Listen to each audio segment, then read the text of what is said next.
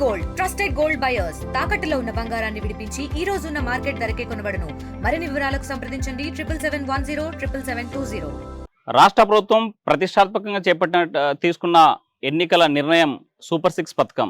అయితే ఈ సూపర్ 6 పథకాల్లో ప్రధానంగా తల్లికి వందనం పథకం అమలు చేస్తుంది జూన్ 12వ తేదీ నుంచి. ఇప్పటికే తల్లుల ఖాతాల్లో ప్రతి పిల్లవాడికి 13,000 రూపాయలు జమ అవుతున్నాయి. ఎంతమంది పిల్లలు ఉంటే అంతమంది విద్యార్థులు చదువుతున్నటువంటి వారి ఖాతాల్లో డబ్బు తల్లుల ఖాతాలో జమ అవుతున్నటువంటి పరిస్థితి ఉంది. అయితే ఉమ్మడి కర్నూలు జిల్లాలో వింత పరిస్థితి కనిపిస్తూ ఉంది. లబ్ధిదారుల జాబితా చూస్తుంటే షాక్ గురవుతున్నారు. దీనికి ప్రధానమైనటువంటి కారణం చూస్తే ఒకే ఆధార్ 10 వందల సంఖ్యలో లబ్ధిదారుల జాబితా కనిపిస్తుంది. కర్నూలు జిల్లా అల్లహర్విలో గాదె లింగప్పకు 94 మంది పిల్లలున్నట్లు 12,22,000 రూపాయలు తమ ఖాతాలో జమ అవుతున్నట్లు మెసేజ్ వచ్చినటువంటి పరిస్థితి కనిపిస్తుంది.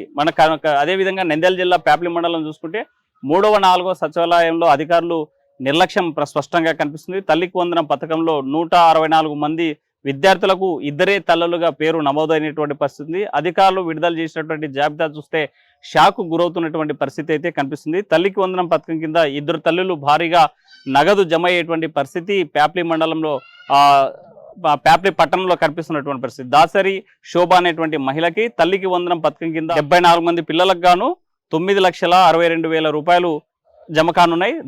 ధర్మవరం మౌనిక అనేటువంటి మహిళకి తల్లికి వందనం కింద 89 మంది పిల్లలకు గాను ఏకంగా 11,54,000 రూపాయలు నగదు తమ ఖాతాలో జమ అవుతున్నట్లు మెసేజ్ వచ్చినటువంటి పరిస్థితి. విద్యార్థుల పేర్లు ఐడి మారుస్తూ వివరాలు నమోదు చేశారని సచివాలయ అధికారుల మీద విమర్శలు వస్తున్నాయి. తల్లికి వందన కార్యక్రమం ప్రతిష్టాత్మకంగా ప్రతి ఏడాది అంటే గత వైసీపీ ప్రభుత్వం అధికారంలో ఉన్నప్పుడు అమ్మఒడి పేరుతో 13,000 రూపాయలు జమ చేసింది. అయితే ఏడాది పాటు ఎలాంటి పథకాలు అమలు చేయలేదని విమర్శలు వస్తున్నటువంటి నేపథ్యంలో అధికార కూటమి ప్రభుత్వం తల్లికి వందనం పథకం కింద 13,000 రూపాయలు జమ చేస్తున్నటువంటి పరిస్థితి ఉన్న నేపథ్యంలో రాష్ట్ర వ్యాప్తంగా గందరగోళమైనటువంటి పరిస్థితి నెలకొంది.